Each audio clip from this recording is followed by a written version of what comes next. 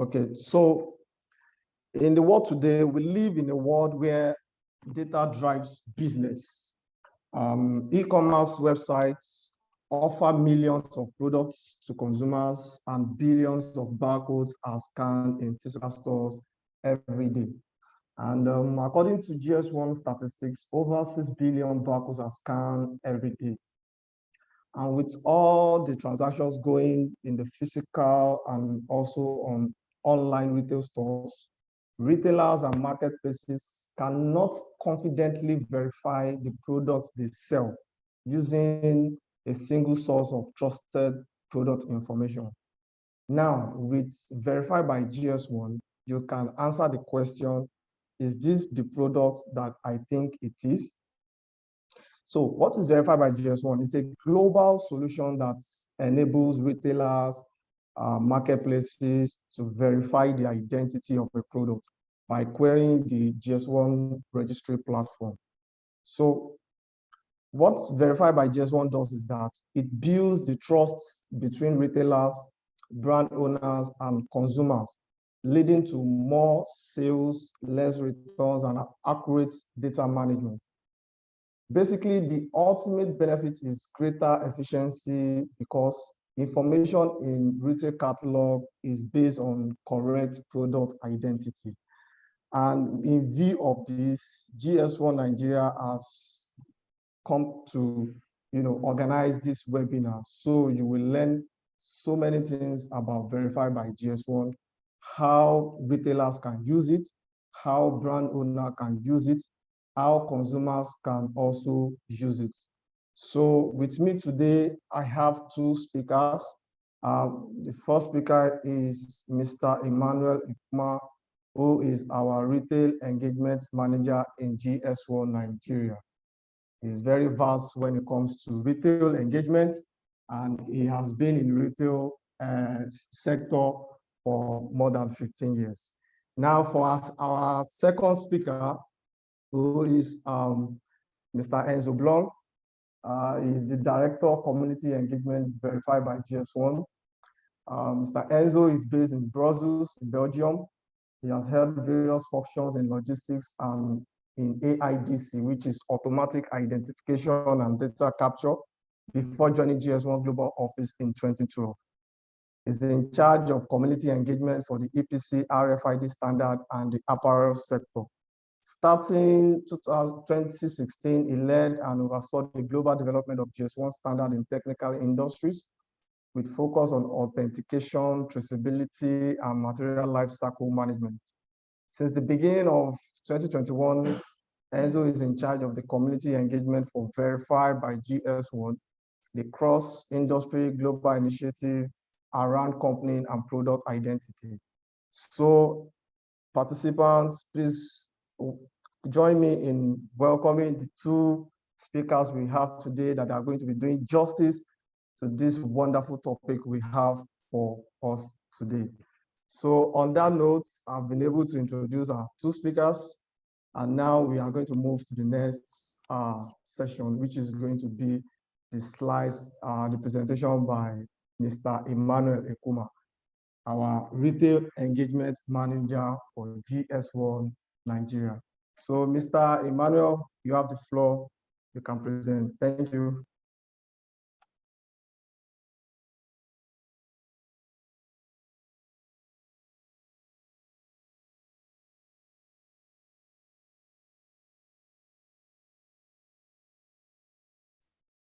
Emmanuel, you're still muted.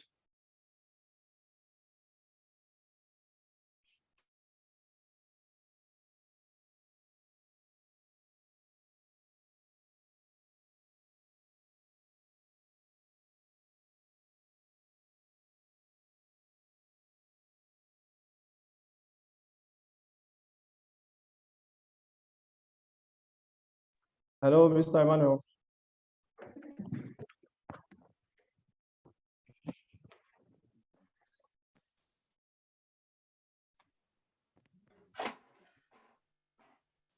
Okay, thank you very much, Mr. Julius. Good morning, everyone. Nice being here this morning. We want to thank everyone for making out time to be part of this presentation.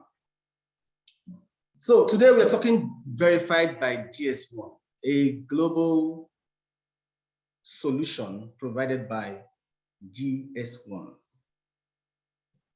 So we dive straight into the presentation.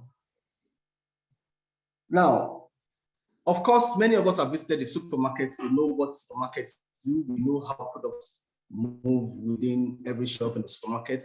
When you get to the supermarket, you pick up a product, you walk up to the checkout counter, you make your payment and you walk away. All right. Now, these things have been made easy by certain organizations. It is easier for you to walk in and walk out without hassles, even if millions of transactions have to happen. So 45 years ago, a generation of industry leaders came together to revolutionize commerce. They gave us the barcode. And while progress has continued, something profound happened along the way. So with the use of the barcode, businesses, as commercial ventures, commercial businesses were able to continue seamlessly without so much of hassles. And that was birthed 45 years ago. Now, at that time, the connected consumer was born. Every consumer is connected with powerful technology at our fingertips. And every consumer had that large appetite for information. Now, since you have information, and information is key, especially in our day-to-day runnings, then consumers needed to see situations where they could walk in and walk out, satisfied and with some good level of trust that they have walked into a supermarket or into any retail store, done 1 or 2 transactions, walk out with after having paid accurately for every product that they picked up on the shelves of those supermarkets. So this has created exponential growth in product data that goes far beyond what it takes to manage the supply chain. So the consumer needed to see how easy it is for supply chains to connect the dots and ensure seamless transactions. So within the connected consumer, therefore, requires different strategies. It required new ways of doing things. Because the world was moving into a small global village, there was a need for things to be done much more easier. So new ways of doing business was necessary to come by.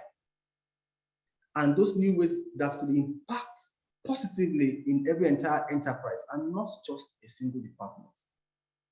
And so established companies began to struggle to adapt, while the newcomers, especially the ones with the young minds, the young ones, or the younger generations, jumped in and began to break the old rules. Now, today's data ecosystems are quite complex. They are very costly for everyone. Very, very complex and very, very costly for everyone. If you want to know, you will just sit back in your space and discover how it is so expensive for you to maintain costs associated with data gathering and doing business without going through the modern ways that has been made possible by certain organizations like GS1. So if you want to be true to yourself, if you verify or if you try to put this cost together, you discover that so much money goes down into working on data that relates to your product information and all. So everything has exploded, from the number of products you have, to the amount of information about each of these products, to the number of sellers and channels and apps and proprietary systems. All these things have exploded.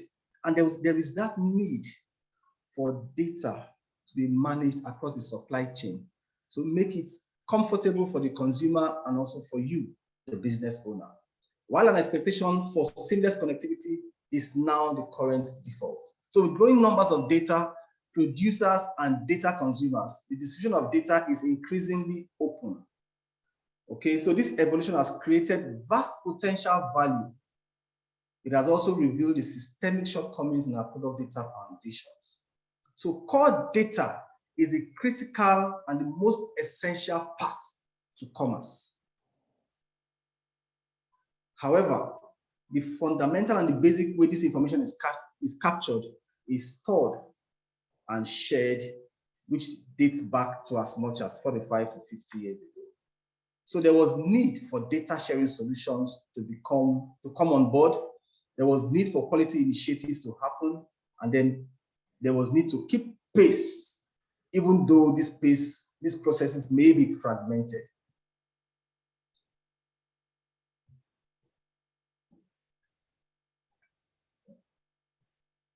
So the basic question would be, how do we manage and verify product data? How do we ensure that every product has an identity that even if I am outside of this country, the same product information I have for a product manufactured in US, for instance, the same product identity the person has, the same product identity that I have pertaining to that product. How do we verify that every product's identity does not change as it moves across the supply chain? How do we identify that every product identity is not proliferated from one point to the other? So contrary to what you may believe, there is one way to verify a product's identity today. So before now, there were proliferations of different information across supply chains, across economies, and all of that. And as a result, much of the product data feeding the ecosystem is compromised. I have a product information here, you have your own separately, every other person has his own separately. At the end of the day, you, the retailer, you, the consumer, become totally confused about the products that you may even be carrying and may want to buy. So for GS1 Nigeria, it was time to upgrade and ensure a unique product identification.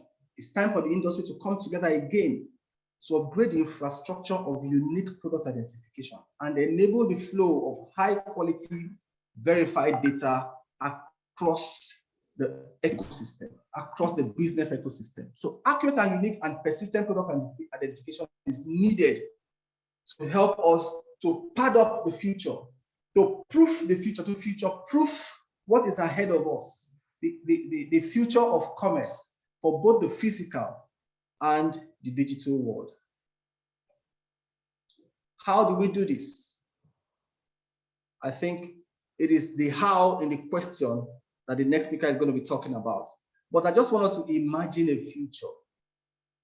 Imagine a future where every retailer like you guys that are on this webinar right now can verify every product that every brand makes. Imagine a future where you as a retailer, you know that there can never be any errors in selecting the products that are needed for display in your retail space. Imagine a future where the information that I am having concerning a product can be transferred to another person at point B, and that information remains the same across whatever channel. Imagine a future where you as a retailer verifies the brand that is being made in any company across the world. Imagine such future. Imagine a future where a retailer can connect to brand authorized data about every product.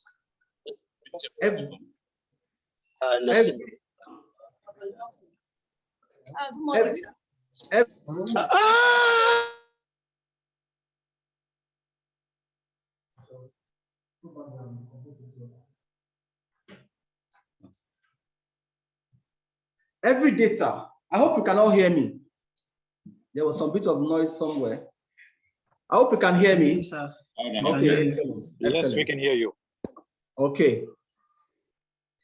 So imagine that future where every solution provider, every data pool every source of data, every area of data source can ensure that whatever they are offering as data is verified and known to all their trading partners, and not just their trading partners, not just those who want to, but of course, even the consumers themselves. Imagine a future where we could have all of that.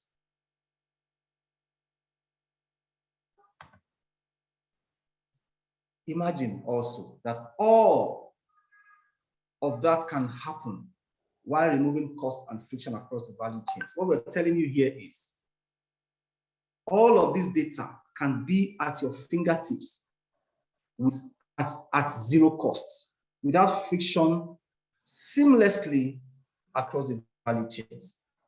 Imagine such a future where data information is readily available at your fingertips. Imagine the effects at your bottom line.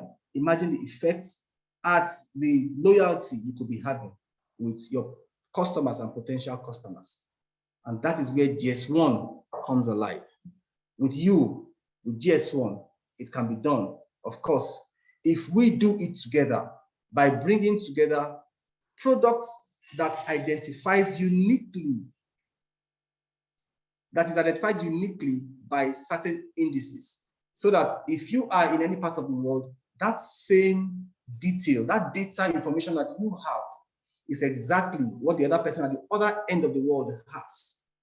At no cost, at no stress, seamlessly across all the value chains. And this is where the future starts from. A product identity, including all the identifiers and all the data associated with that product, unique and must be accurate. The risk of not delivering on this promise is the assurance of an unhappy consumer or an unhappy or a dying patient. So GS1 has come to deliver on this promise to make our customers, to make your customers, your consumers, the manufacturers, the retailers, to make them all happy. We all know that unique identity enables supply chain agility. You can't achieve scale and speed without identification and visibility of your inventory in every location. So to achieve that growth, to scale up, and to have your products visible across every value chain, across every location, the only possible way is through unique identifiers. Okay? And the stakes are high for getting it right. Consumers always value price. Now they also demand speed. Consumers don't only demand that the price should be competitive, price should be favorable, but they also demand speed. They demand convenience. They demand accuracy. They demand transparency. All this can be enabled through unique identification. Having, of course, specific core attributes like the ones you can see on your screen right now. The products with their details, what you and I know as barcodes, the brand name of the product description, the product image, which is the picture, the global product classification, the net content of that product, the unit of measure, and of course, where the product is being sold.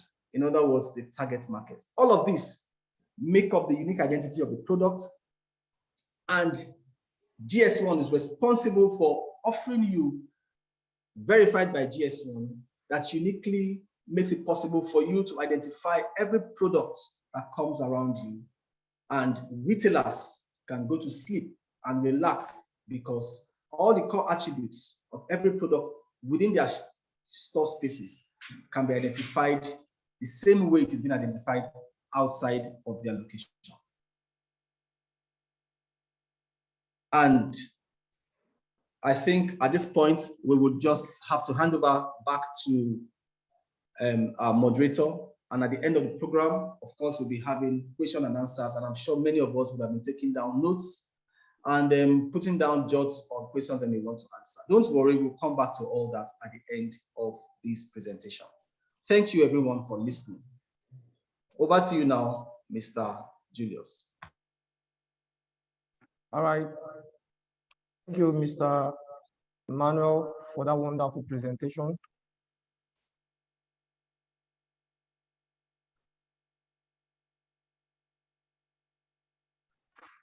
giving us the opportunity to understand the basics about VBG, and also to know what you are going to experience in the webinar.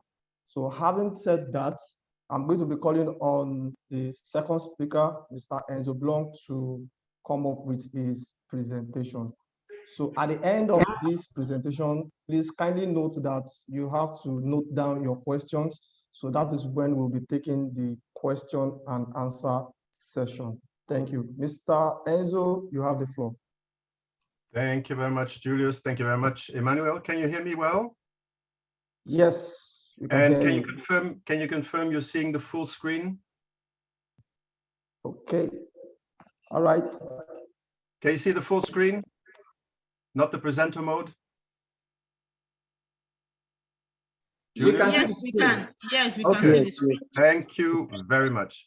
Thank you very much to my colleagues of GS1 Nigeria for inviting me to give you a brief introduction on Verify by GS1, although Emmanuel has done that brilliantly. It's nice to be back, even if only virtually, back in Nigeria. Some of you might remember I was there in 2014, physically, face-to-face, for the first retail forum back in the time. So happy to be here again. The aim of this is to of my presentation, my few words, is basically to provide you with an introduction. Why are we as GS1 community, which is 116 countries worldwide where we have an office, with the industry there. An industry, in this case, we're talking about brands, manufacturers, we're talking about retailers, we're talking about the marketplaces, solution providers, data pools. All of these are members of GS1 that contribute to our standards, but at the same time also contribute and benefit from those. Yeah. I guess I don't have to talk to you about all the details of what GS1 is. I think you are all very familiar with us. What I'm going to talk to you about today is where does we have a global strategy, and where does this Verify by GS1 and the data, product data, fits in. Then taking a step back on big data, because we talk about data that drives business, but in some cases data could also slow down business. And I want to tell you, put that a bit into perspective, and where GS1 can certainly help and fit in. Third point, just what is Verified by GS1? How is it being used worldwide? Focusing then on the real cases, use cases, theoretical use cases, but also very practical success stories that have been shared by many of the industry that have been working with Verified by GS1 and the global registry, or the GS1 registry platform, which is already in place since, I think, 1.5 years, 2 years now. And at the end, we wanted to share a few pilots that are being conducted right now to support this, to support the growth of the GTINs in this registry, and a final call to action to you, because this is a common activity, this is a common effort, and you benefit, but also from it. But we also hope that you will be able to contribute to this, and we hope for this. So there will be a call to action for this. Now, where does all this fit in? What our aim is, and Emmanuel has pointed this out.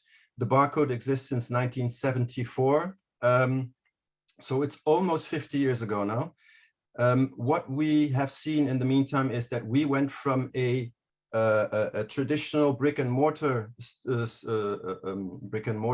retail to a much more digital world, and we need to make sure that we are there in this digital world, but at the same time that we continue to matter, and that you are able to communicating on product data, on electronic data interchange, etc.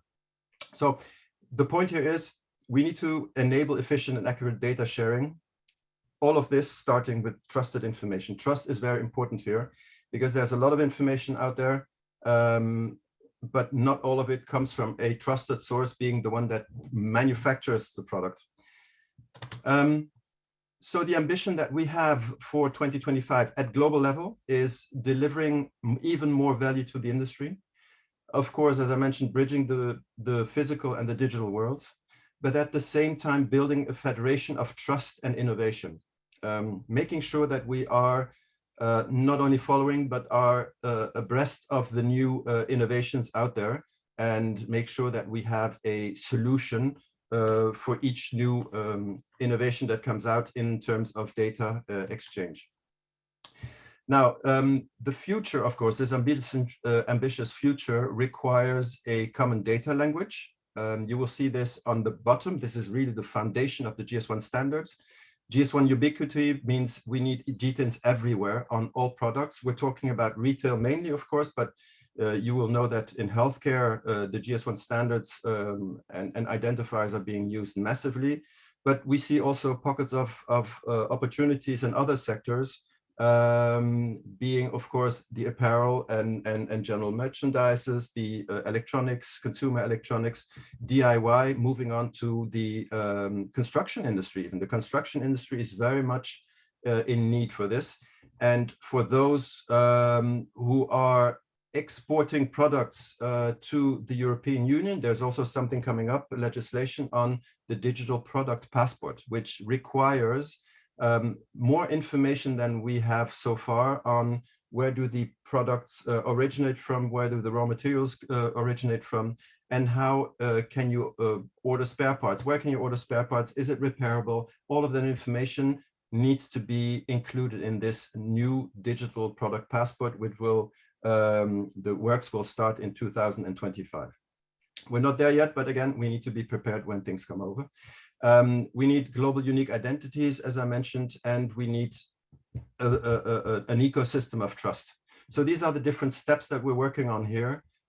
Most of these elements which are on the right here, I will cover in my next slides. But again, what are we talking about? We're talking about big data. Big data, as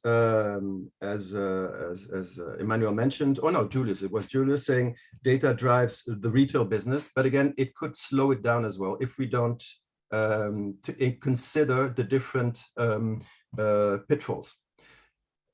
You will see on the next slide, I will start with a video. I'm not sure if network connection will work everywhere in the same way. So I'm going to share with you in the chat, first of all, the link. And if you want, you can also, while the video is working and doesn't have a good resolution, you can always scan the QR code on the top right corner. Okay, so this is a bit of a fun video, but it gives an example on how things could go wrong if you don't have the right product data and you don't have the right semantics.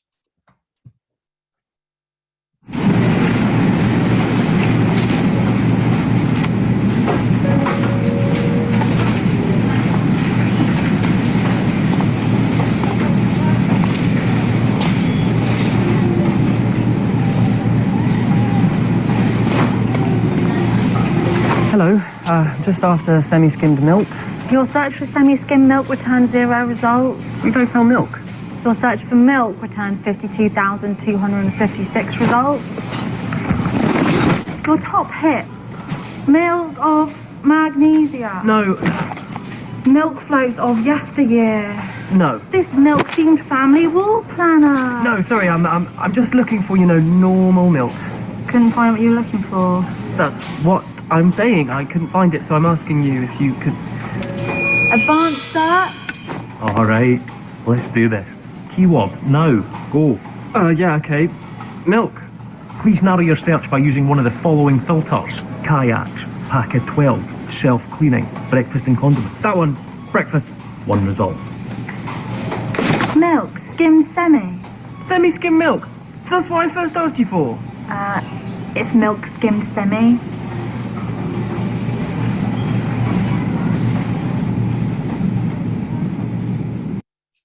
So indeed, that was a sort of a funny video to illustrate what the issues can be if you don't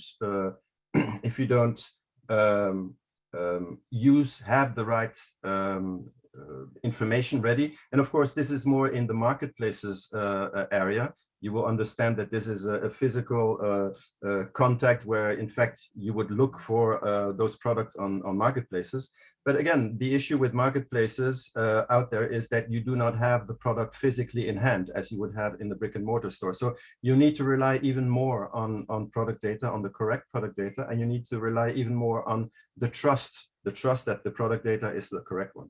So what is the power of data? And this is a presentation that was done by Capgemini last year in September, so exactly a year ago. And it provides a bit of an insight on what the different data buckets are and how they collaborate. And let's start from the end. So product data on what is the purpose of product, what is the sustainability information to create transparent and sustainable operations, supply chain data, because products move around, both for the consumer and the patients, of course. It is important that you have resilient, efficient, and safe supply chains. And we've seen it recently that those supply chains during the pandemic have been challenged quite a lot. And still have some challenges right now in terms of the availability of raw materials. Third one, health data. I mentioned it before, and I think the corona pandemic was a very good example of that, where data is absolutely necessary on products, having the right products. Commercial data, of course, if you're talking about omnichannel, so the combination of brick and mortar and online, you need to have that correct information for the consumer so that he can make the right choices on the product that he needs, that he gets the right information, and even more so to prevent that by providing wrong or erroneous information, you send products back, which is not very cost efficient. But of course, all of this is nothing if you wouldn't have the product data. So product data to engage with the consumer and have the right information ready. Now, of course, we mentioned that there is a huge value of big data. This is the latest information that I have found. It's from 2016, so this is 6 years ago, where a study revealed that 0.136 trillion US dollars a year is the size, or you could call it the value, of the worldwide big data market. Very impressive, those figures. But if you put this against the cost of this, in the US alone, there has been 3.1 trillion US dollars per year costs of poor data quality. So if you put that in relation, the bad data in the US alone costed 23,000 times more than the value of big data worldwide. So what does this affect? So you can have big data, great, but improving the data quality is a far larger data opportunity. So if you look at the different buckets of people that work with data, first ones will be the salespeople when they deal with erroneous prospect data. The service delivery staff, when they correct customer orders received from sales. In the next level, the data scientists, they need to clean up that data. IT, when they have the different data in those different buckets, that they don't talk to each other, those different elements of data. And then senior executives that need to make those very important decisions on where to go, which direction to go, which decisions to take. They are not able to trust those numbers from finance. These are shocking numbers, of course, but what do they, where are they in relation to what we do as GS1? Again, product data is the start, as I mentioned it from the wheel that I showed. Product data is the first level. If that information is wrong, there are fair chances that in the next levels, those informations are wrong as well, or even being increased. Now, those hidden data factories are, as they call them, are expensive. So they form the basis for what IBM's estimate of 3.1 trillion US dollars a year figure. But quite naturally, managers should be more interested in the costs to their own organizations than to the economy as a whole. So if you look at the numbers on the left-hand side, those are the estimates made in terms of the time spent by the different people on correcting this data. So again, if we look towards the future, we're looking towards artificial intelligence, and we have a lot of retailers already talking about artificial intelligence. How can they work with this when they market their products, when they sell their products, and want to know what the consumer really wants? So having a targeted message toward their consumer base. So if you look at the first level, curation of information is when computers make the choice of what you get to see and what is blocked out. The second level is provision of customized information. So the computer uses data sources, different data sources, to offer the content that is tailored to the personal needs of the consumer. Third level is the recommendations, where the computer processes all of that available data and comes up with well-founded suggestions about what the company should do. Predictions, and this is really at the heart of the artificial intelligence, where the artificial intelligence can predict what a consumer would want in the future. Automation, when we talk about automation, think of chatbots for consumer or customer service, for example, self-driving cars. And the last level, I'm having some background noise. Can Julius please mute? All right. Okay, you can unmute now. You can unmute.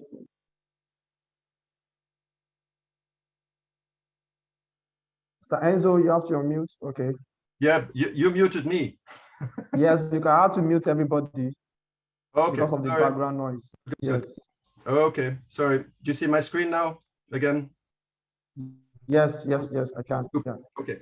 So the last one, the contextual analysis, is where AI will be able to perfectly understand the context of the consumer, in what mood he is, etc. Again, everything starts with the information of the product. So it's very important that the industry gets that right. Yeah. Now, moving towards Verify by GS1, what do we as GS1 offer in this case? We do offer indeed the following. So we have working together with the industry, with the retail industry and the GS1 community, on empowering the industry's digital transformation to benefit the consumer. You might have heard about the migration to 2D. So basically what is going to happen in the next, let's say 5 years to a decade, is that the traditional barcode, so linear barcode, will move towards a 2D barcode. And this 2D barcode, what are the benefits of this? First of all, it is applied on a much smaller space on the packaging. So you lose less space on barcoding. It will include much more valuable information, basically information on batch lot information, on best before date, these kind of things. And even more importantly, the consumer will now also be able to read those barcodes. Okay, wait, somebody says he can't see the screen. Can somebody please confirm that that is not the case? I can see your screen from here. I can see the screen from here. Okay. Okay, good. So yeah, maybe your network. Okay. So the idea of the 2D is also to communicate with the consumer. So by scanning the code, the 2D code on a package, the consumer will also could be directed to recipes, could be directed to sustainability information, could be directed to the web page, could be directed to coupons, these kind of things. So this is something that is happening. It's part of that digital transformation. The second level is verified by GS1. It is a tool that, as Emmanuel said, is a solution that answers the question, is this the product that I think it is, and does it originate from the company that I think it should? We're getting into that a bit later in the next few slides. And then we have the GS1 global data model, which is all about the extended information on depending on also the information in terms of attributes worldwide. depending on what. Hello, can you mute, Julius, please? can you? All right. Mr. Enzo, you can continue. You can unmute, please. Mr. Enzo, you can continue. Yeah, Please I know, but I have right. different screens here. It's not easy. Okay, so if people could really make sure to not unmute themselves by it would help speed up. So we have the GS1 global data model, and of course, underlying all of this is the data quality. Data quality, as mentioned, is important. Providing the wrong information or contradicting information doesn't make any sense. Thank you very much. Next is where does this information come from? The information basically doesn't come from GS1. The information is provided by the owners or the licensee holders of those GTINs. They are the ones that need to provide that information to GS1 first of all, and GS1 will upload it into the system. There's different ways for it. We call it the activate system, but there's also for large batches different opportunities. So you have a data in service component, you have APIs, and you have file uploads, in this case only for licensed registries. The GS1 registry platform basically is composed of 4 different registries: the licensed registry, and we come to that a bit later on, the GTIN registry, we have the GLN registry, which is in development, and we have the links registry, which allows in a second phase to connect, to provide more information on a specific GTIN, because as you saw, the GTIN is composed of 7 attributes, the GTIN plus 6 others, which we will see in a moment. On the data outside, so the queries, we have different tools there as well, and I will touch on a few of those in a moment.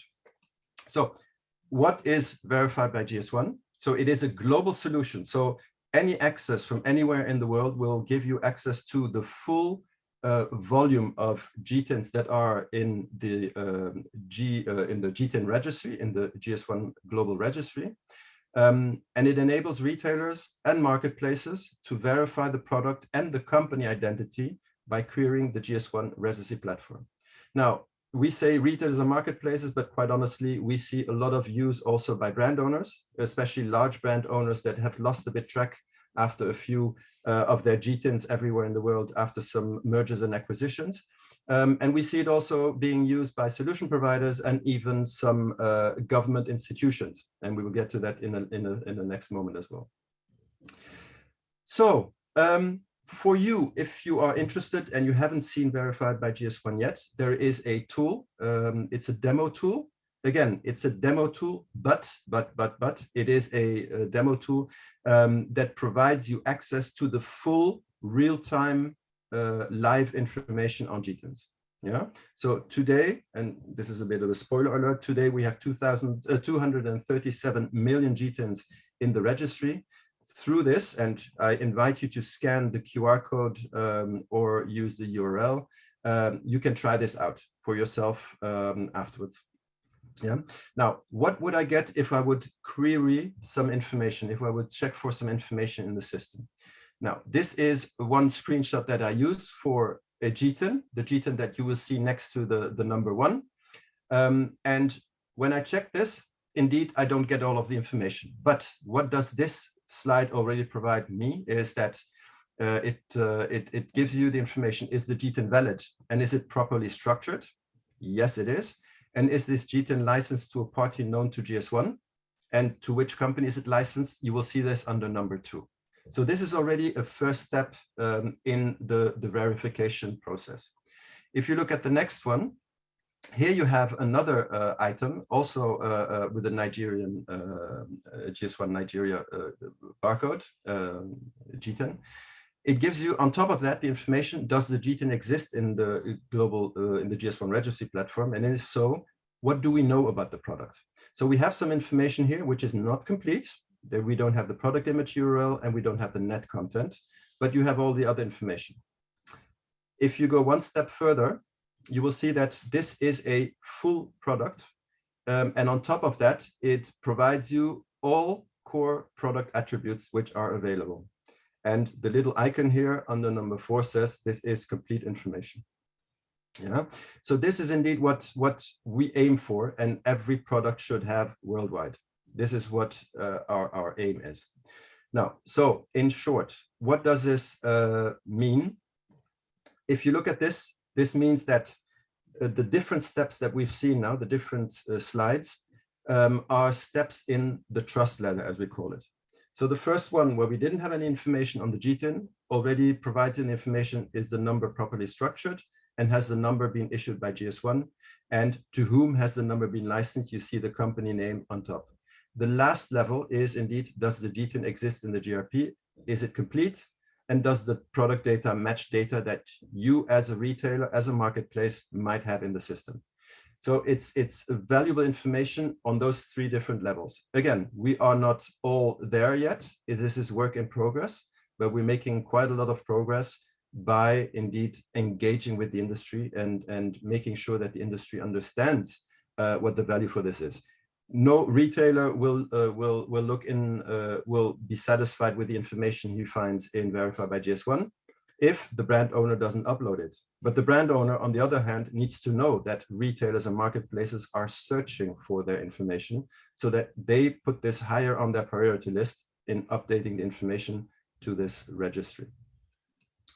Now, where are we today? And these are numbers of August, of the month of August, the latest month. We have 237 million GTINs loaded in Verified by GS1. This is a 73% increase compared to August 2021. Data is being uploaded in 78 countries. Those 78 countries, on an economical point of view, represent 93% of GDP, world GDP. So we cover quite a lot of countries. COA companies, these are, and you will see this on one of the next slides, these are companies that are members of the Consumer Goods Forum that have committed in working, so the coalition of action, committed to supporting this digital journey, the digital product data journey, as such. These are 25 companies, 24 of those companies are actively engaging. Now on the data usage side, so how much is being queried in Verified by GS1, we see an average of 25 million, and this is an average for the last 6 months. So an average of 25 million GTINs that are being queried per month, and Verified by GS1 is now accessible in each of those countries, in 51 countries, plus of course through the demo tool that I just showed you earlier on, and where you had the QR code for. Sorry. So you see how we have expanded. So Verified by GS1 is now available in those different countries. So these are national local accesses to the full registry. Yeah, to the full registry of GTIN. So in each of those countries, you now have the opportunity to search for all of those 237 million GTINs, plus all of the other information on the licenses. And as you see, Nigeria has been very early on board proposing Verified by GS1. Here you see a bit of an increase on where we stand when we started in 2020, in March 2020, so 2.5 years ago. This is less important, but those are the GS1 entities and the companies that have started uploading information into the system in the last month, the top 10. These are the companies that are actively supporting us on this journey, and with whom we have regular contacts, both from global office point of view, but also from the different GS1 entities nationally. So in terms of usage, where are we? In terms of usage, this is our information from August 2022. Where do the origins of the queries come from? And you will be happy to see that, I'm sorry, we have in Nigeria on a monthly basis between 100,000 and 1 million queries. Yeah. Of course, large countries like Argentina, Australia, China, Egypt, Turkey, and Spain do a lot of queries as well. There are some marketplaces, large marketplaces, that have started using it to verify in their listing process. But for that, we'll get in a few moments. Now, what are the use cases? Now, it was very strange because these are use cases that we have seen, that we have talked to at the start. These were all theoretical use cases, but in the last 2 years, we have proven that those use cases have had indeed a worth for different organizations, different companies. And I will get to them in a few moments in different slides. First of all, Verified by GS1 helps to clean product catalog. So if you have a messy catalog, and this happens to everyone, you might have information that has not been provided recently on specific products. It might be different buckets in your organization. Here you will have, by Verified by GS1, you can check whether your information is up to date, because this is the single trusted source of information. Information has been provided by the brand owners themselves. Yeah. So there's a nice Metro Procter & Gamble success story that I can elaborate on a bit later. We have streamlining listing processes. Again, this is for the retailers, of course, but even more so for marketplaces that use this. Whenever a seller offers its products on the website of the marketplace will check this. And a lot of cases, what are they checking against? They don't know, because usually the GTIN is not being used. Now, with the use of the GTIN and being able to verify that GTIN in the registry, they now can be sure this is a valid GTIN, this is a correct GTIN, and it allows me to optimize my catalog as well. Automation. I mean, retail operations are becoming increasingly automated. Think of distribution centers, warehouses that handle store replenishment, e-commerce, pick and pay, e-commerce pick and pick use automated solutions to drive this efficiency. This is really something. I mean, also the validation of GTINs that appear in an electronic order process or in e-invoicing, and making the GTIN and its validation part of the record is very important. The Brazil Tax Administration is using this, and China Customs is also requiring this for all products that are being imported into China. It helps to detect counterfeit products. There is a nice case of a big marketplace in Europe that has, let's say, removed half of their offerings of a famous toy, sort of small colored building blocks. They have taken them off. Why? Because the GTINs were not correct GTINs.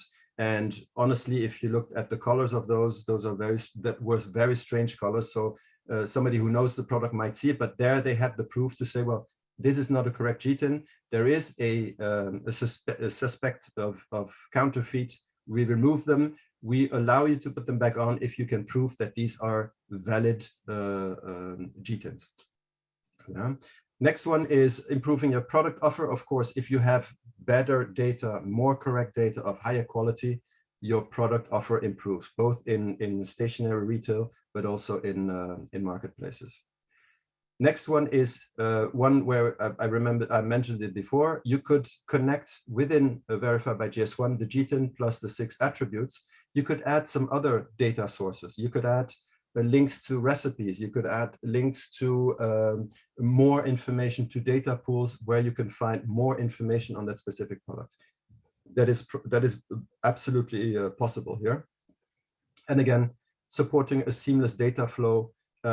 We have a nice case of China Customs, which uses Verified by GS1 to verify the GTIN or the product identifier that is being used in customs clearance processes. Now, again, you will have here a QR code that you might want to read. These are success stories from last year. We have one of a Turkish retailer. We have Metro and P&G that work together on cleaning up their product catalog. We have a East European marketplace. We have Brazil Tax Administration, and we have an Indian online retailer that had to switch gear at the start of the pandemic, and where Verified by GS1 was helping a lot. We have now very recently, these are all new, Johnson & Johnson, consumer healthcare. We have a Hong Kong retailer. We have China Customs, as I mentioned, and another very interesting use case from a Brazilian gourmet shop that links both the 2D barcodes with the GS1 digital link and Verified by GS1. So a very nice case. Moving over, these are a few of those companies that have started using Verified by GS1 and need this. We have a few testimonials that we have received. Some of them might be from companies that you're not familiar with. Others are quite large. So we have a marketplace in Europe that says, well, with the use of it helps with proper identification. We are being rewarded with more transactions and more satisfied customers. Spar, the head of international operations, said that by using Verified by, it creates more value for these new technologies that are coming up. As I mentioned, artificial intelligence a bit earlier on. And we have Johnson & Johnson that focuses on building trust between retailers, brand owners, and consumers, and where it helps enhancing data quality, very important. We have a large South American marketplace. I'm letting it to you to read it. And again, we will share this information, the slide deck afterwards, so that you can read all of them at your ease. The Indian online retailer said, well, by using Verified by GS1, they have been able to spot duplicates, GTINs faster, and they have reduced catalog errors by 80%. So that is quite a considerable one. And again, catalog verification and security for customers, very important. We have a few other ones, but I'm going to speed up a bit because I still have 5 minutes, and I want to have Emmanuel also share a few things on a specific exercise they have been doing. This is a very straightforward exercise that you could do in partnership with you as a retailer, in partnership with a brand owner. This is Metro and P&G. It's a published use case, as I mentioned before, where they have started to, the retailer has started to look for the list of GTINs that have been sold within a specific period of time. I think for them it was 12 months of GTINs that they thought were pertaining to Procter & Gamble for the German target market. They shared this information with Procter & Gamble, and Procter & Gamble came to the first conclusion that there were 9 GTINs, as you see the difference between 632 and 623, 9 GTINs that did not belong anymore to Procter & Gamble. Why? Because, again, as I said, it's a large company. They do a lot of divestitures, mergers and acquisitions. So these were GTINs that were part of one of their subsidiaries that they did not have anymore.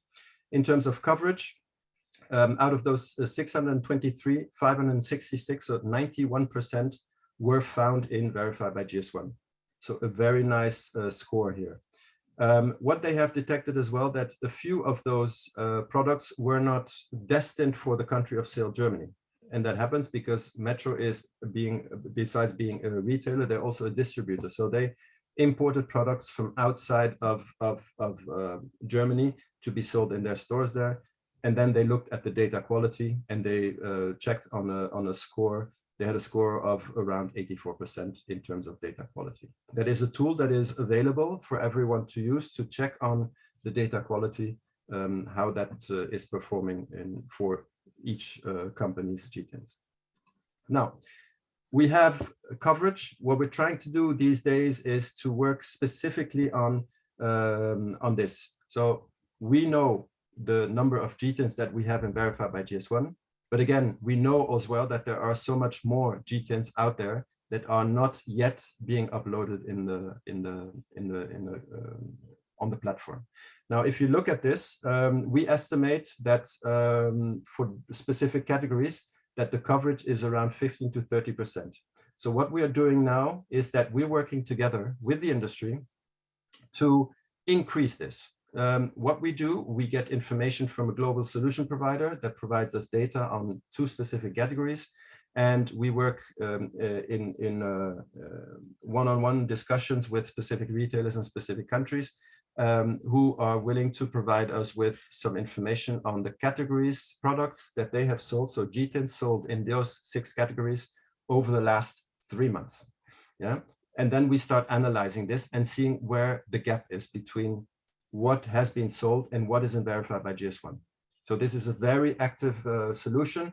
GS1 Nigeria is part of this, and you will see it on the next slide. Now, what do those exercises help us in doing? This is GS1 Portugal has done this in May 2021 on carbonated drinks.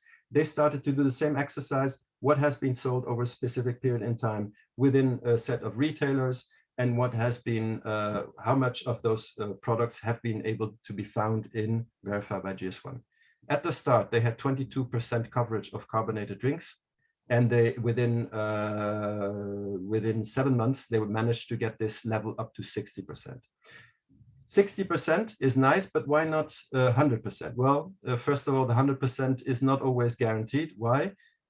For the remaining 40%, the products that it regarded products that were already discontinued, yeah, but still had a sales in the last 12 months. So from a brand owner perspective, the manufacturer perspective, they didn't produce it anymore, but the retailers still had it on the shelves. And then, as mentioned before, there were some direct imports made by the retailers where the GTINs were not recognized. Yeah.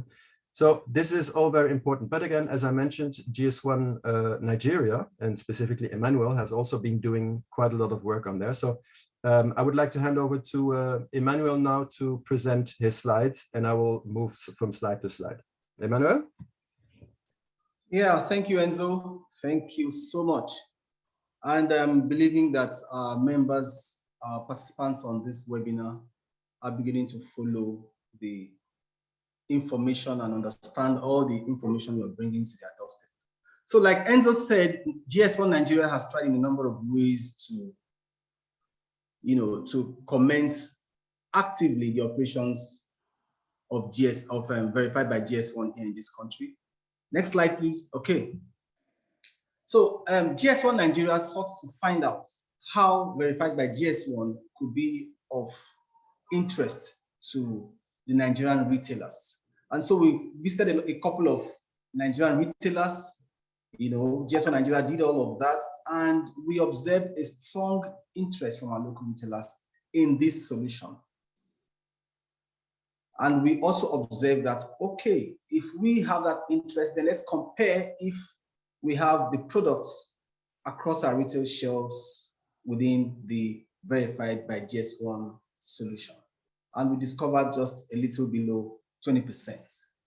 So having seen the potential for the interest, we engaged more actively the Nigerian retailers and discovered that our local marketplaces have had the conviction that there was need for a data repository for a seamless processes within their supply chain operations. And so that spurred us to continue to do the work we did until we were able to achieve some level of success in this operation. Next slide, please. And so what did we do? What was that drive? We decided to analyze, first of all, retail sample catalogs. And we picked up a few sample catalogs within our retailers here in Nigeria. And okay, you see, looking at those catalogs alone, we just imagine the enormous kind of work that had gone down into putting information on those catalogs. But of course, with verified by GS1, all those manual processes are completely eradicated because GS1 would be having all product details, all products that you could readily find in your market space on the Verified by GS1 retail solution platform. And you could, extract those information to form your own catalog. So you see a lot of, just like Enzo mentioned in his delivery as well, you have so many advantages you could employ if you employ the Verified by GS1 solution. And so we analyzed 3 retail catalogs, and from the retail catalogs, we're able to extract 95,000 plus GTINs, or if you like, 95,000 plus barcode numbers. And these numbers, of course, they were not all entirely GS1 barcode numbers, but more than 70 to 75% of them could be traced to GS1 numbers. And so within these total numbers, we're able to extract 68,000 plus GTINs that belonged to GS1. And out of these 68,000, we observed 53,000 plus of it belonging or to have originated from foreign manufacturers. This is not surprising. Of course, we know that most of the products on our retail space, on our retail shelves, have more of the foreign touch. So most of them were foreign, and it wasn't a surprise to us at all. So analyzing that from the 60,000, we had over 79,000, and 79% of it, coming from products that were traceable to manufacturers outside of Nigeria. Okay. And so the next question was, of these 68,419 barcode numbers, how much of them could be traceable to GS1 registry platform? Okay, the GS1 Verified by GS1 registry platform. And 86% of them had licensing information on the global registry platform. 86%, meaning your products you just need to find that way possible to ensure that your products are registered on the Verified by GS1 registry platform. And so 86% of them had at least the licensing information. Okay, you could tell who the products belong to and who had licensed it on the registry platform. And 14% of it had attributes of various levels. Of course, we mentioned the attributes to you. I mentioned it while I was doing my presentation. Enzo as well mentioned these attributes. The product details, the net weight, the net content, the country of license, and all of that. So at different levels, we had them up to 14% having different levels of information. So this takes us right into what Enzo had explained about the trust ladder, where he said you could, from the Verified by GS1, you could ask and answer the questions: are these product details licensed to GS1? Has the numbers been issued to GS1, and to whom has these numbers been issued? All right. So it increases your confidence. It takes you, just look at the areas that he covered concerning the trust ladder. So that satisfies that aspect of your, maybe if you want to find out how much trust you could give to those numbers and those details that you see on the platform. And so what are the advantages of what we did? Very simple. We were able to improve and increase the volume of product GTs on the registry platform. What that meant was, by our own action, we're able to get more products onto the registry platform. Because of course, for those with less attributes, we're able to go back to the manufacturers through the MOs. MOs here, the member organizations like GS1 Nigeria. So also we have GS1 Ghana, GS1 US, GS1 Belgium, GS1 India, GS1 South Africa, and the rest of them, to say these are the issues. We have missed out this information. Please put these things up on the registry platform. And so we met all of these MOs, and many of them reacted. Many of them reacted in one way or the other. And these were the suggestions by some of them. Some of them said, oh, we cannot underestimate the the advantages and the gains of the verified by GS1. And this GS1 Pakistan told us the VBG, verified by GS1, is when we can all work together and get our members on board. Of course, that has been a driving factor for us also in GS1 Nigeria, trying to work together to bring all members on board. And these are some of the areas that we try to cover. Just a few of the very many member organizations that reached back to us. Some of the GTINs we sent to them, they cleaned up these GTINs, improved on the product's data quality, and ensured that some of these products found their way into the verified by GS1 registry platform. Next slide, Enzo. All right, what was our aim? Our aim was, our ultimate goal for this exercise was to ensure that our retailers, our e-tailers, and our marketplaces, like you guys here in this participating in this webinar, had the ability to build rich consumer experiences. You could imagine somebody walking into your store, carrying a product, and then trying to understand or to find details about the product identity. He can always scan that product. If he has the verified by GS1 on his device, and then he sees all the information of exactly what he wants, then he can authenticate that this product is actually what I am looking for. It is actually being structured properly. It is actually the product that has brought me into this store. If not, of course, he finds his way. So we also want our retailers, e-tailers, and marketplaces to build rich consumer experiences and to deliver trusted product data to them and help them to drive confidence at all levels of the value chain, confidence, satisfaction, loyalty of your customers and your prospective customers alike, and on the overall to ensure optimal growth.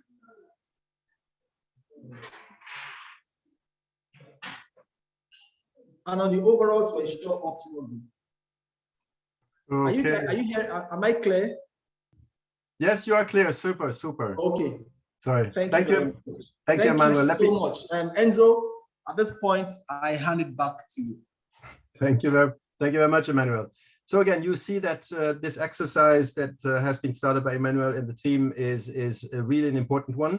And again, it is not finished. It is certainly not finished. So we are supporting GS1 Nigeria in getting all of the information uploaded so that from a retail perspective, the retailers in Nigeria might, and the consumers, of course, at the end, and marketplaces can find that information in the system with at least some elements, some attributes for each GTIN. Now, our ask to you would be to, first of all, if you have some doubts, some questions, and also for the handouts of this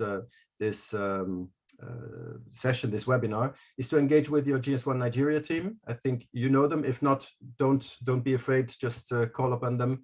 It's important that also that the colleagues in Lagos know exactly what your needs are and what your challenges are, so that they can support you. I want to invite you also to engage with your colleagues internally within your own companies and leverage the Verified by GS1 and GS1.org tool that is, as I mentioned, available on the global website. You can use it. It's you can search for any GTIN, any of the 237,000 GTINs plus all the license information. It's a free tool. It's restricted to 30 searches per day. Per 24 hours per IP number, per IP address, sorry. Use it with your colleagues, show it to your colleagues what this information can bring you, and discuss the opportunities that can be provided by data that you will find and verified by GS1. Engage also, please, with your industry partners. I understood a lot of retailers are on the call, but if you are a brand owner, please reach out to the brand owners, do some kind of a catalog cleanup exercise, as I've showed before, work on some data quality, participate in the coverage per category or per country of sale exercises.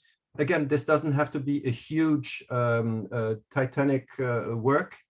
Think big, but start small. Start with small projects.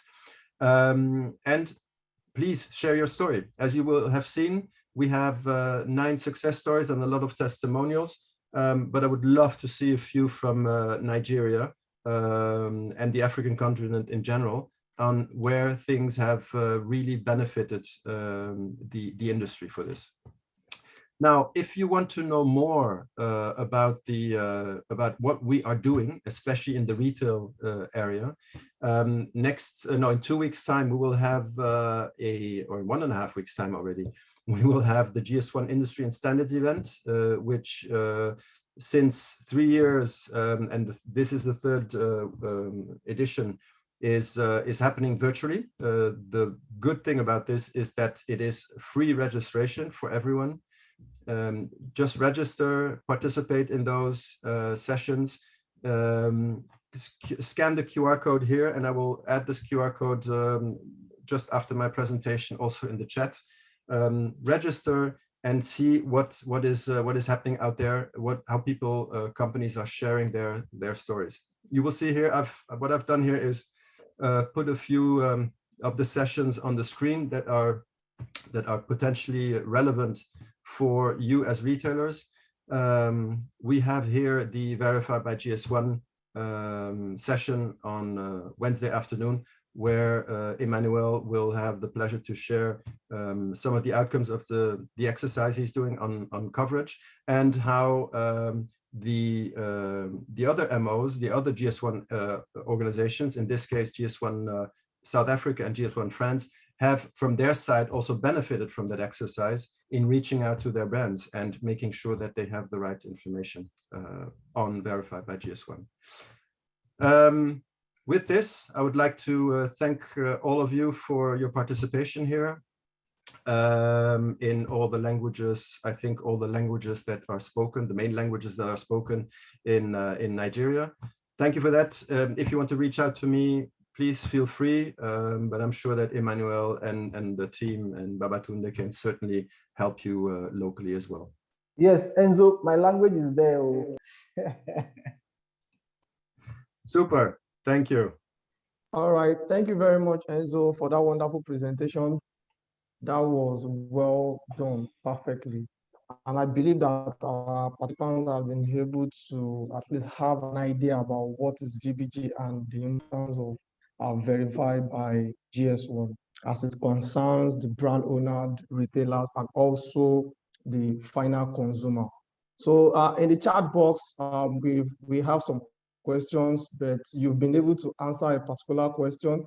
So let me go to the next question that was asked by Yogo Abdullah. Okay, the question is not a counterfeit case, but are we able to track our goods that are being sold through unofficial channels? And so I don't know if you understand our question.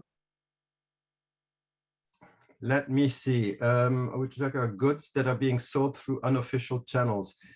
I mean, this will not be possible through Verified by GS1. Let's be very honest in this. But the way forward is, and we mentioned the 2D migration to 2D, where we could include more information into a GTIN. So imagine we could also include a serialization number. So let's say we have a pack of I don't know, of chocolate milk, same brand, same GTIN, but you could distinguish between all of them. What you could do there is read all of those packages potentially, and it's of course easier if you do this with the use of RFID, to track each of those in each phase where a product is coming through, in each location where it's coming through, and scan it, and you will have a sort of an e-pedigree of where the product was. Now, in the healthcare sector, it is already being used. So what they could do is see, I have this product in the pharmacy, the patient has just bought this, I can track this product back almost all the way, potentially, to the manufacturer, wherever he is in the world. If you see that this line of e-pedigrees stops moving upwards, so how do you say, yeah, upwards to the manufacturer, if that is broken somewhere, so if you see that it only starts at the distributor in, let's say, in Asia somewhere, then that could raise red flags. It could raise a red flag and saying, I need to verify why this has only been, how do you say, read the first time at the distributor and not at the manufacturer. So again, there's different ways, different technologies, different standards that we could use for that. But again, verified by GS1 is not that. Verified by GS1 is just to provide you with the basic product information from a single source for you to verify and raise that level of trust that you know, well, this is a product that has indeed been identified as being the right product by me, and it's the right company. Okay, all right, thank you, Mr. Enzo, for that explanation. To further showcase what VBG is, I'll be doing a demonstration on how you can make use of VBG. So let me try to share my screen, and I would like some of our members who are in this webinar to drop their GTINs so that we can test it via the global registry. So let me share my screen. Okay, can you see my screen? Yes, perfect.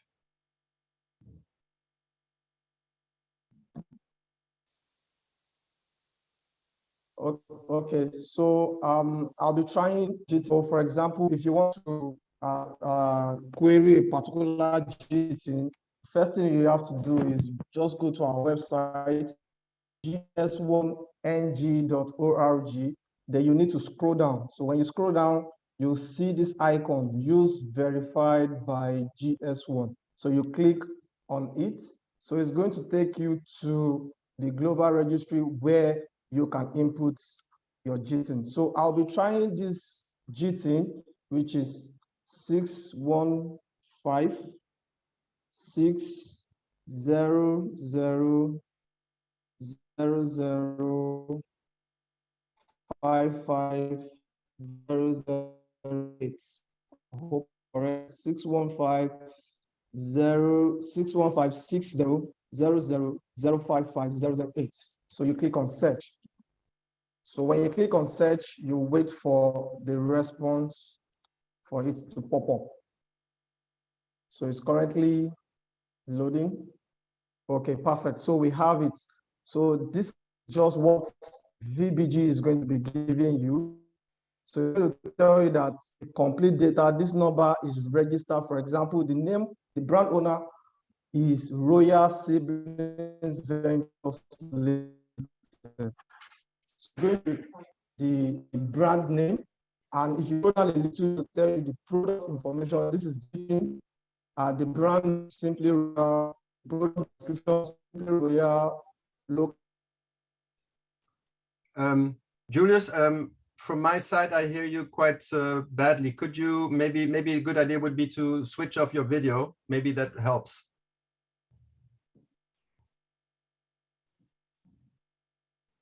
Okay, the net content. Hello. Yeah.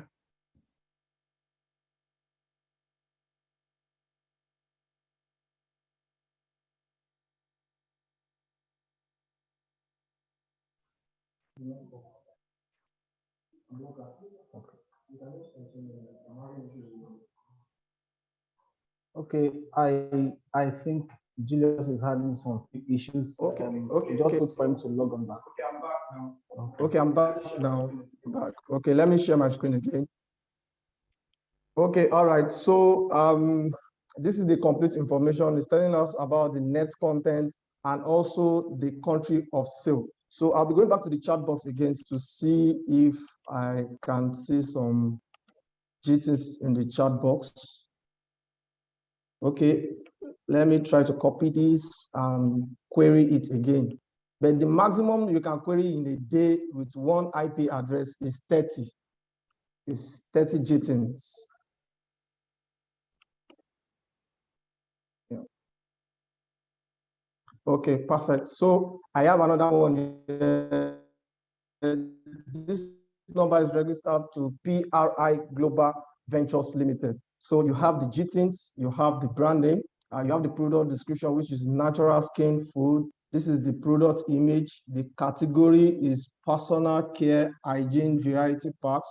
The net content is 400 grams, and the country of sale is Nigeria. So, for example, this brand owner has been licensed some GTINs, and out of these GTINs, the brand owner was able to, assign this GTIN to this particular product, and the brand owner submitted the product information accurately. So once you submit your product information to us, definitely it will be uploaded. And if you try it on the VBG, verified by GS1 registry platform, these are the information you will see. So anybody at any point, the supply chain can just pick your product and just search for it. And this is the information that you've submitted to us is what is going to be reviewed to the consumer.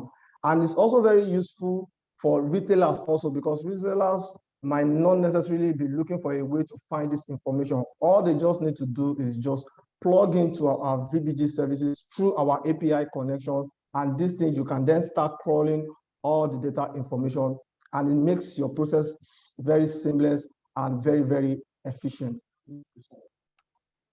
So I am seeing some other GTINs here also. Let me try to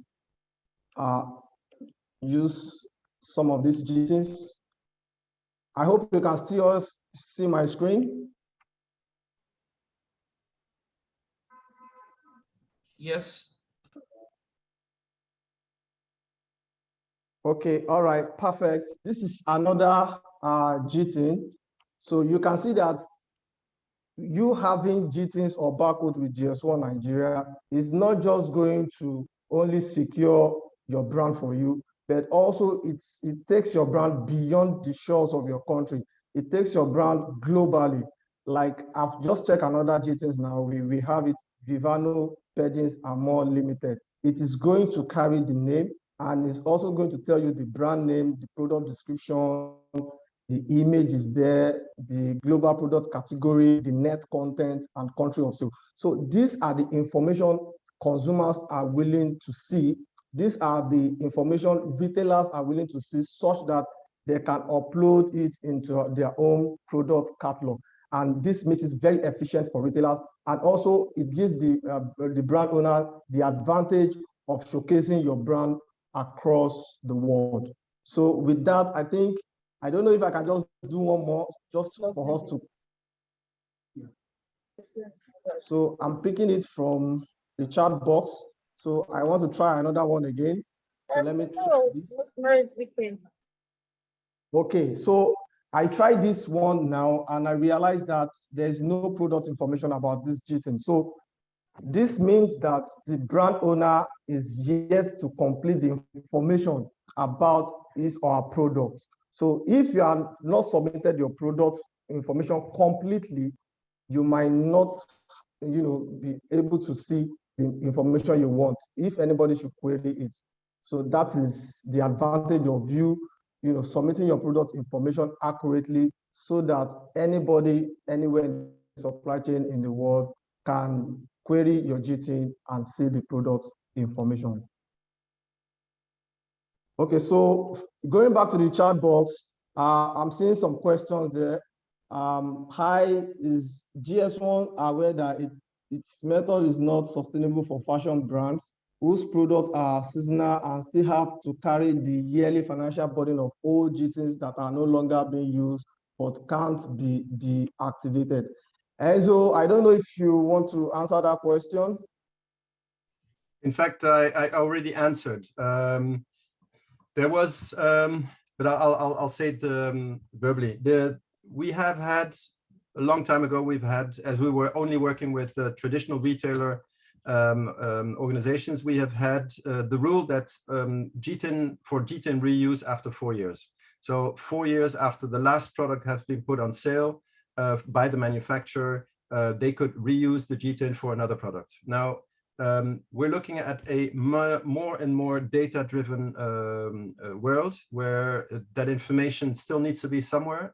Think about the marketplaces. You have marketplaces such as eBay, such as others, where consumers sell to consumers, and those marketplaces require also the use of GTINs, making sure that it is the correct product, and for example, that it is not any counterfeit or any copy of a product that is being made by someone else. So if you want to sell a I don't know, a luxury brand handbag, which somebody has bought and doesn't want anymore 10 years later, you sell it on a marketplace, or even on Facebook, you could sell it.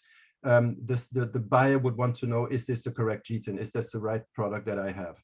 Again, so we, due to this changes in the full digital ecosystem world, we needed to change that that rule as well. So now there is no GTIN reuse allowed anymore. Yeah, to make sure that we have for each and every product worldwide, we have a unique identifier, even if it's vintage, even if it's antique. This is, and this is not something that GS1 decided. This is something that was decided world over by the community. Also a bit pressured, of course, by the marketplaces that think of a bottle of wine. You want to buy a great bottle of wine. You want to make sure that it's indeed a wine of 1999 vintage, and not one that is of 3 years ago, because of course the value is different. All right, thank you very much, Enzo, for that. Going through the chat box again, I'm saying, okay, thank you very much. GS1 Nigeria officials have been very helpful in guiding me anytime. You're highly appreciated. Dr. Monday, we referenced that. Thank you very much. Another question, as a retailer, is there a limit to number of different types of products to retail? I think no, but then Enzo, you want to do justice to that?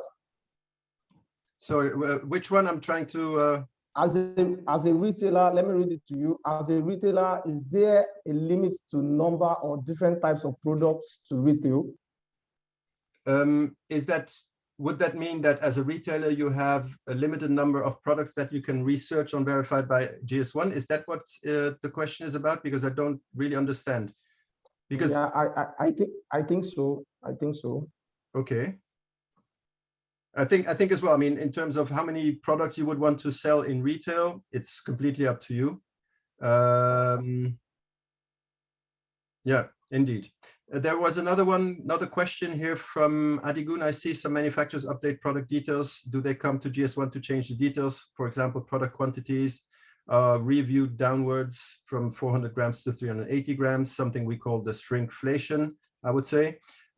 So it depends. There are some rules in there, the 20% rule, that, I mean, it's a observation rule, let's say, a 20% rule, where if the product doesn't have a change more than 20%, you do not need to change the GTIN. If it's above, you do need to change the GTIN. But if it's the same GTIN, of course, it's up to the brand owner to provide that update. And I can see that it is being heavily used. I mean, in these times where companies, brand owners do not want to increase their prices, they decrease the volumes, the weight, net weight, and they will express this as it is expressed on legally on the packaging. It needs to be also replicated in verified by GS1, and it needs to be uploaded. So this is the task of the brand owners to update this information in the Activate tool, which is then uploaded, which then uploads the new information onto the registry. Okay, all right, thank you, Enzo, for that. There's another question here. We also need, is from Fausat Sonny Yusuf. We also need a correct country of sale. Nigeria is restrictive, especially those of us that have started exporting. Do you get our question? No, wait. So what she means is that, you know, when you query a GTIN, it will tell you the country of sale. Yes. So what if you are now exporting and selling it in other countries? So what they'll be seeing is country of sale Nigeria, but it's also marketed or being sold in other countries. Again, this is it is the brand owner that basically needs to provide us the information where this product is intended to be sold. I mean, taking a large American brand of carbonated drinks, they have this. They have a same product with 3, 4 different languages on the packaging, and they indicate where it is to be sold. Yeah. So it is up to the brand owner to say this, and this is something that needs to be included in that upload, data upload. You can have multiple entries for the country of sale. So it's not only Nigeria, you can do multiple entries. You can say Nigeria, South Africa, Zambia, Ghana. And on the other hand, you can also, for example, to replicate the different official languages, you can also have duplicates in the product description.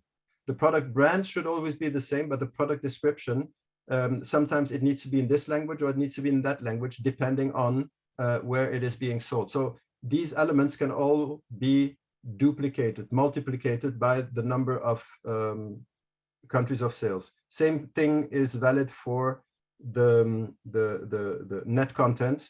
It might be in imperial measurements, or it might be the metric measurement. So you need to be able to provide both of those informations. What we've seen here is indeed for specifically for the Nigerian market. Yeah. Okay. All right. Thank you. I don't know from the participants, if you want your mates to ask your question, it's also possible. Mm-hmm. Maybe I would like to reply to the second comment from Dami. That shouldn't that be an option, as this is not applicable to all and only a small percentage? Not everyone sells a Chanel bag that can be resold years later.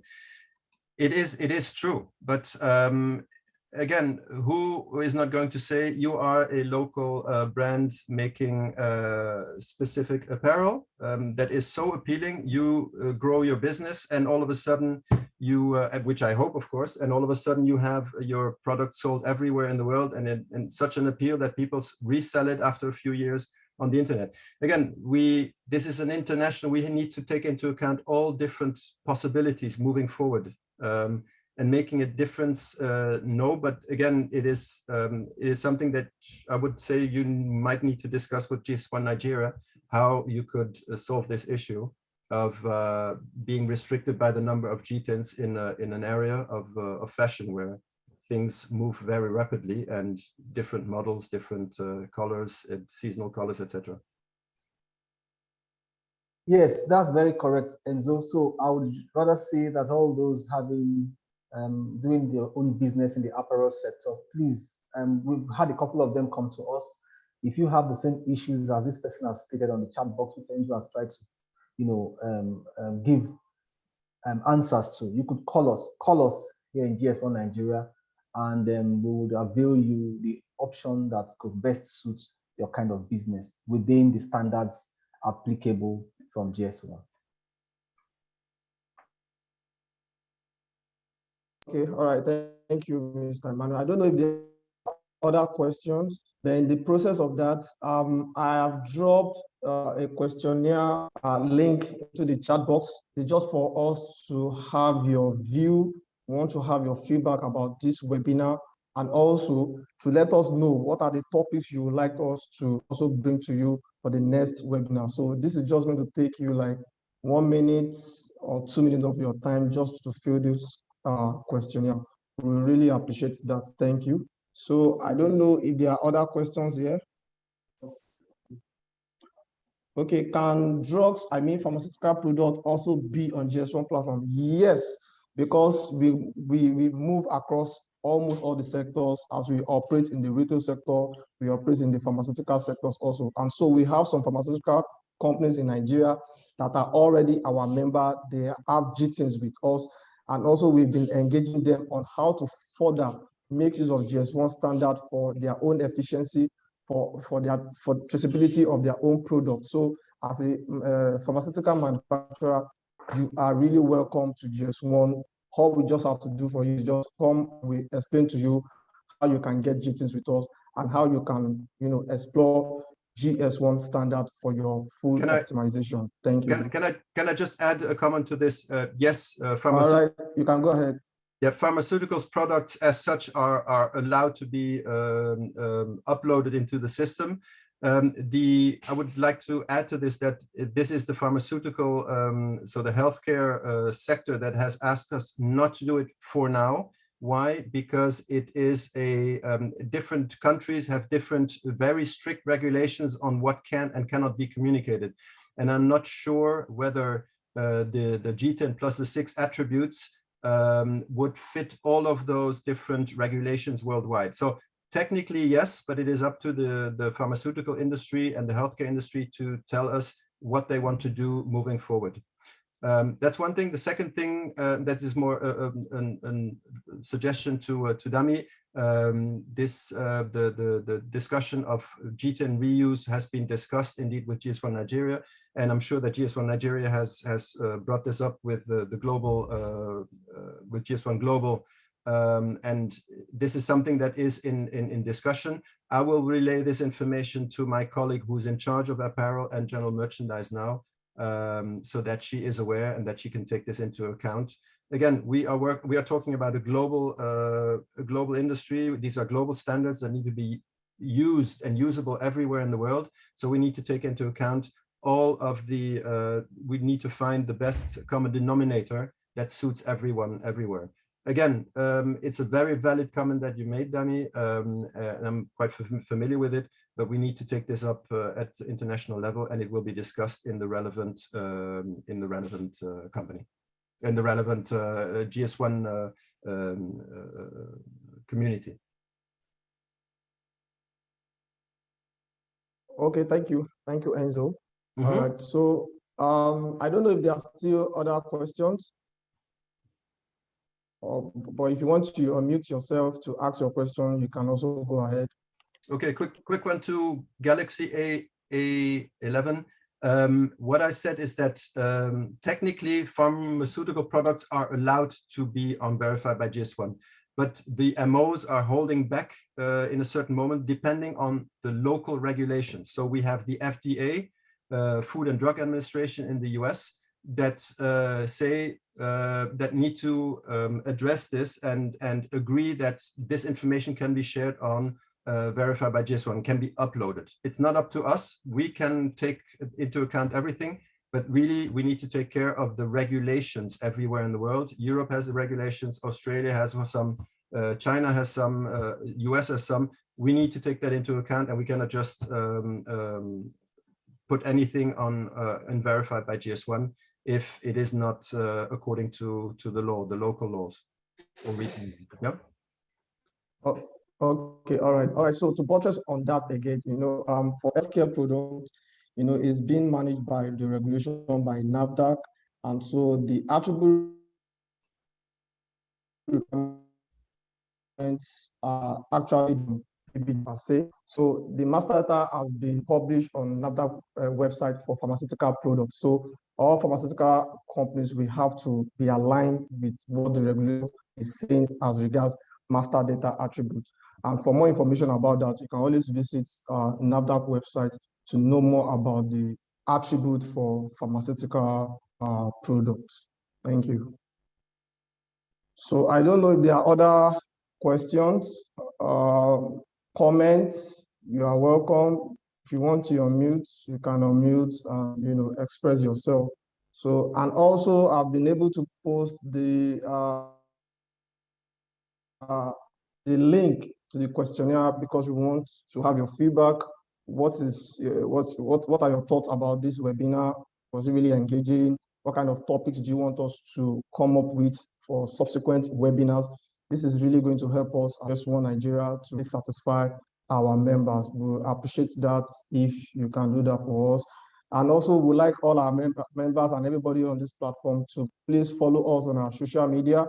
On Twitter, you can follow us at GS1NG, on Instagram at GS1NG, and also on LinkedIn too. You can also follow us to know more about what is going on in GS1 Nigeria, our standard, and what we can offer you as a member. So Mr. Alaji Kunle, please, you can unmute and express yourself, sir. Yeah, good morning, everybody. Good morning, I appreciate the management of GS1 for putting this together. For the speakers, Mr. Emmanuel and Enzo, you have really done well by at least enlightening us on the importance of being GS1 standard compliant. And all I want to say at this moment is that, well, since this has become a necessary trend here in Nigeria, because for any country at all to compete globally, you must do things the way they are done globally. So, and Nigeria is no exception. Our products are getting out of Nigeria to other countries, and we are taking goods from other countries into Nigeria. So the trust and the confidence level that we have when we go to Europe to buy items, we must have the same when we shop here in Nigeria. So it is necessary that GS1 Nigeria continues to have this engagement with stakeholders. This webinar is really very good, and the awareness that we have been wanting you to create is this is just the beginning, and this needs to continue so that at least everybody will eventually key into this vision. So well done once again, and thank you so much. Thank you very much, sir. Thank you very much for that comment. That was well said. Thank you so much. We appreciate it. Thank you, sir. So I don't know, are there any other comments? Any other question? Okay, so if there are no comments or questions, okay? Yeah, okay. Thank you very much. I think my brother that spoke just before me, not you, has really spoken our mind on a large scale. The other thing is to request that greater accommodation be offered to many more people, even those that are already known. I jokingly tell my friend, Ladi, that we are not all ICT compliant. And I have benefited so much from his own personal disposition towards ensuring that the right thing is done. But going forward, let it be a continual interaction, because the more we interact like this, the more we appreciate the value of what we have gotten into. Of course, year after year, there is need for re-registration, which means that even if you have not used it, like a couple of us or some other people, they may not have used the barcode that they got, but then they remain hopeful that very soon is going to be useful. So they continue to renew and renew and renew. So engagement like this can be very useful. And once in a while, just send information to us, even if it means the record that we have with you people. Just send it to your to the members. By so doing, it leaves your members with the impression that you have them on mind. It's not only when it's time for renewal do you send information to them. And then, of course, we will also serve as your ambassadors to many other products. It may interest you that those of us that are registered with the GS1 are far small in number compared to the product that should have been registered. So we can always serve as ambassadors as we see the increasing value of the use of this GSI facility. Of course, I don't want to speak about some other regulatory bodies in Nigeria that whose conduct or behavior, maybe I just give it to them. But sometimes one is left with no choice but to wonder whether or not they really mean well for the country, particularly when it comes to approving products or certifying them and things like that. So let me just stop at this. But all the white has been very nice. Thank you very much. Thank you very much, sir, for that wonderful comment. We've been trying to reach out to our members, and we'll keep pushing out again, making sure that we send out newsletters to our members to update them on what is currently happening in the world as regards products, how you can go into retail and put your products on the shelves and the likes. And all what you've said, it has been noted. We will not only be contacting you for your renewals alone this time around, we'll also make sure that we keep you abreast with every other information you need as a brand owner to stay relevant in the industry. Thank you so very much, Mr. Monde. We really appreciate that. So we've posted our social media links on in the chat box.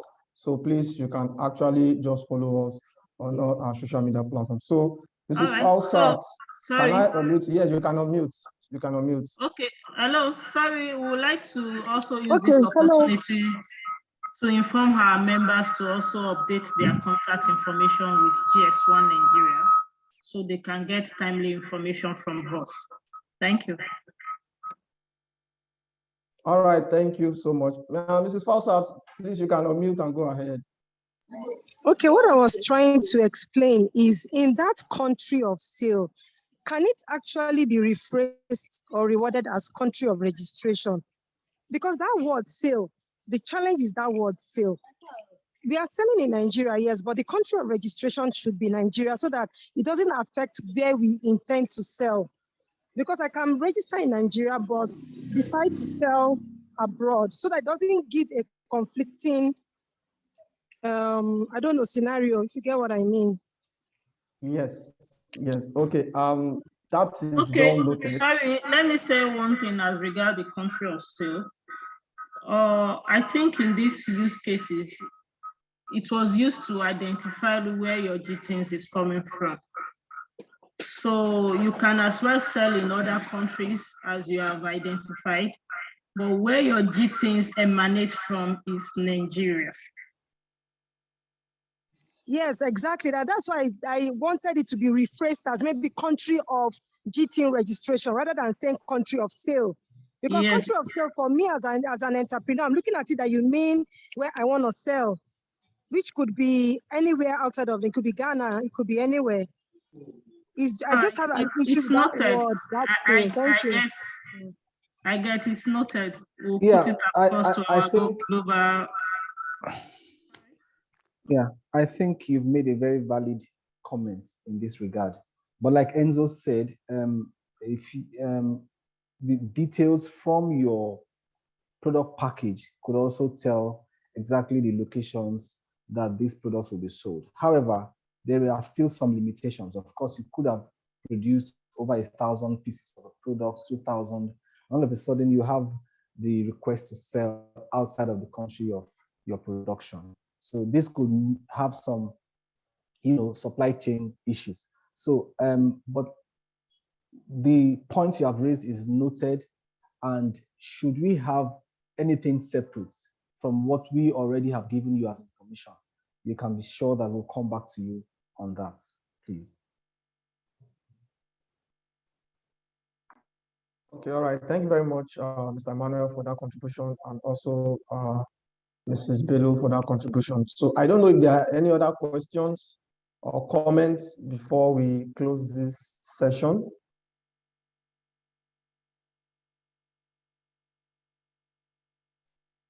Okay, so if there are no questions or comments, I think this is where we would like to stop the webinar for today.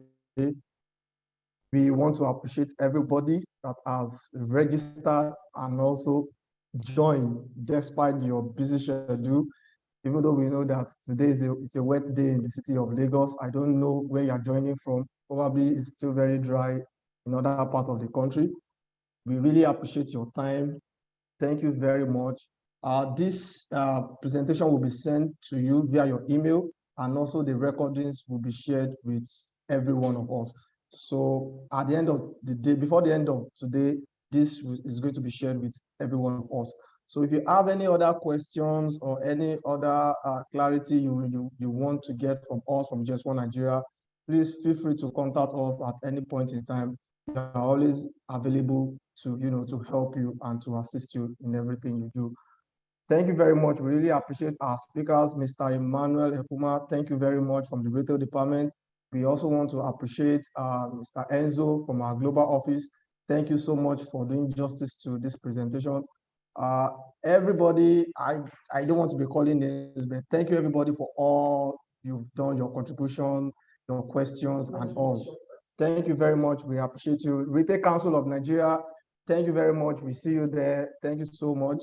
We hope to engage ourselves further in this discussion. And so we'll keep engaging our members and every one of you and giving you the updates about GS1 standard, how you can make use of GS1 standard, how you can optimize your business operations and the likes. Thank you so much. Enjoy the rest of your day. Bye. Thank you, everyone.